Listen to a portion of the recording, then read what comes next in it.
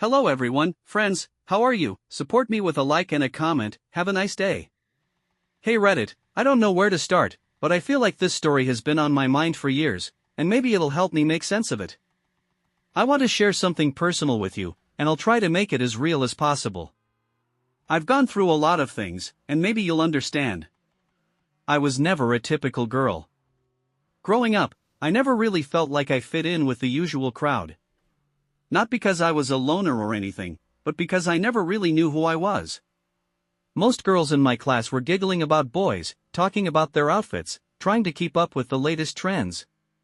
Meanwhile, I was just trying to understand how I felt about me. It started in middle school. I had this one group of boys in my class who seemed to make it their personal mission to tear me down. Nothing too violent, but the constant teasing? I remember them laughing every time I sat down, whispering, "Oh, she's too tall, doesn't know how to wear makeup, doesn't even know how to flirt." Like, what does that even mean? I had no idea. I wasn't bad looking, or so I thought. I was just me. But they kept digging into me, poking holes in any confidence I had left. By the time I was 14, I had no self-esteem. I started looking in the mirror and seeing the same things they saw: too tall, too awkward, too much. I didn't know how to deal with it, so I did what I thought was the next best thing. I tried to focus on girls. Maybe they'd understand me better. Maybe I'd finally feel like I wasn't some freak. But that didn't go well either. And this is where the story starts to get interesting, I guess. I met Lily in high school. She was popular, kind of a queen bee, but different. She had this air of "I don't care what people think" that drew me to her. She wasn't like the others. She didn't laugh at me, she didn't poke fun. Instead, she was kind, even when we weren't alone. It felt safe with her. I felt like I could be myself, finally. So, I started spending more time with her. We'd hang out after school, grab coffee, text late into the night. I told myself I wasn't trying to manipulate her, but I realize now, I was. In my head, she was my lifeline. She was the only girl who made me feel like I mattered. I began to lean on her. A lot. I'd complain about my life at home, or how the boys at school still treated me like crap. She'd listen, but then, she'd start sharing her problems too. At first, I was there for her. But over time, I realized I was using her. I'd find ways to make her feel guilty for her own problems, like making her feel responsible for my emotional state. When she started spending time with other friends, I'd throw little jabs like, "Oh, I guess I'm just not good enough for you anymore, huh?" I never said it directly, but the manipulation was real. I don't think Lily ever noticed. At least, not until it was too late. I knew I had to keep her close. But it all started to unravel. One day, she called me out on it.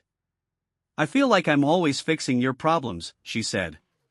"It's exhausting. I can't be everything for you." I tried to brush it off, pretending to be all chill about it. But inside, it felt like a slap in the face. She pulled away after that. And when she started hanging out with other people, I realized I'd ruined one of the only good things I had. I tried to fix things, but she was done. Just like that. I couldn't blame her. I'd manipulated her, used her to fill a void I didn't know how to fill myself. And the worst part? I wasn't even sure how to fix myself. That's when I realized something: maybe I was the problem all along. After losing Lily, I was a mess. Honestly, I didn't know what to do with myself.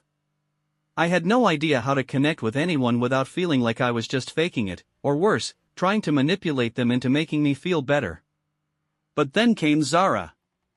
Zara was everything I wasn't. Confident, popular in her own quiet way, fiercely independent, and, get this, kind. She didn't care about the stuff everyone else cared about. She didn't talk about boys much, and when she did, she'd just roll her eyes and joke about how all of them are the same. It was refreshing. I felt like I could finally breathe around her. She wasn't the type of girl to judge. I could talk to her about the boys who tormented me or my stupid insecurities without feeling like I was drowning. We became close, fast. Zara was someone who had her own set of struggles but never let them define her. She didn't need anyone to fix her, but for some reason, she still looked out for me. I remember one night, sitting on the steps outside school, talking about everything and nothing. It felt good to finally connect with someone who just got it. But, as the weeks went on, I started to feel a sense of entitlement with her. I wanted to be the most important person in her life. I guess I wanted to prove to myself that I could make a meaningful connection without manipulation. But the longer I spent with her, the more I felt this pull to be the center of her world. And then came the turning point. One night, after a long hangout session, Zara seemed a little distant. I could feel her slipping away. At first, I thought it was nothing. Maybe she was tired, maybe she had something on her mind. But then, a few days later, I found out she'd started seeing someone else. It wasn't just some random guy. She'd been spending a lot of time with Max, a guy from our class who I knew was always checking me out. I could feel a rush of emotions hit me all at once. Anger. Betrayal. Confusion. Why hadn't she told me? Why did she hide it? Why wasn't I good enough? I wanted to confront her, but instead, I did something much worse. I spread a rumor. I told people that Zara was playing both sides, that she was secretly into Max, but also still hanging out with me, leading me on. I didn't even think about the consequences. I was hurt, and I lashed out. I watched as the rumor snowballed, affecting her relationships with other friends and even her family. When she found out, it was like everything crashed down. She confronted me, hurt and betrayed, and that was when I realized the magnitude of what I'd done. "How could you?" she said. "I trusted you, and she didn't finish, she didn't have to." Her disappointment was all over her face. She walked away, and we never spoke again. I don't know what hurt more, the fact that I lost another friend, or the fact that I was capable of doing something like that. Betrayal. That's the word that hung over me. I felt like a monster, and honestly, I don't think I ever really forgave myself for what I did. But that's the thing about betrayal, right? It's like a knife. You don't realize how deep it's gone until it's too late. After Zara, I went through this deep phase of self-loathing. I tried to tell myself it was just bad luck or that maybe I wasn't meant to have close relationships. I kept telling myself that I was better off alone because every time I got close to someone, I ruined it. I spent more time alone, questioning everything about myself. Maybe I was just a toxic person, maybe I was just meant to be a loner forever. I got pretty good at pretending that I didn't care. But deep down, it stung. Every time I saw Zara with someone else, every time I remembered Lily's disappointment, it felt like I was carrying a weight I couldn't shake off. But then something strange happened. One afternoon, I was walking home from school, feeling particularly down. I don't know why, but I took a longer route that day, almost as if I was searching for something. Maybe I was hoping for some sign that things could get better. That's when I saw him. I don't know why I didn't notice him before, maybe because he was always in the background, never really standing out, but there he was. Standing near the bus stop, talking to someone I didn't recognize. He had this easy smile, the kind that seemed so out of place in my world of doubt and self-hate. He saw me staring, and without missing a beat, he smiled and waved. At first, I thought he was waving at someone else. But then he said, "Hey, are you all right? You look like you've had a rough day." I didn't know what to say. I wasn't used to people just caring without a reason. Without wanting something in return. So I just nodded awkwardly and gave a little half-smile. "Yeah, I'm fine," I said, probably lying. "I'm Noah," he said, taking a step closer. "I don't think I've seen you around much. But I can tell when someone's having a rough time." I didn't know what to say.